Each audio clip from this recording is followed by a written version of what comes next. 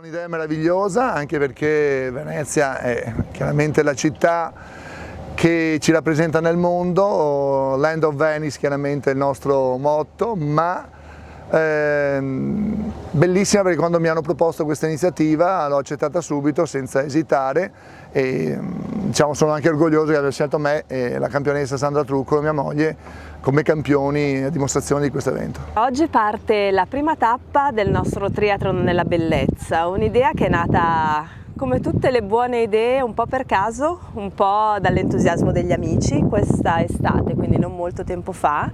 e abbiamo deciso di unire 3 specialità del triathlon ai 3 elementi della natura, acqua, terra e aria, partendo dal mare per arrivare fino alle Dolomiti, un po' per fare da fil rouge, per unire davvero un territorio che è bellissimo, con 3 campioni olimpici e campioni del mondo, per raccontare un territorio in un modo un po' diverso, però unendo appunto sport e territorio. Partiamo dal mare, arriviamo alle Dolomiti anche per fare un po' da lancio con Cortina 2026, quindi le prossime Olimpiadi, e perché siamo tutti innamorati di questo territorio e dello sport. Come tutte le staffette che si rispettino, anche il nostro triathlon ha un testimone che verrà fisicamente passato da atleta ad atleta, e il nostro testimone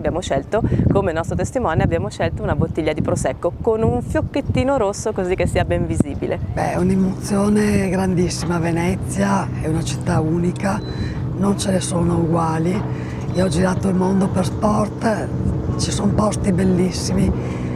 ma come Venezia da nessuna parte ho visto una città uguale,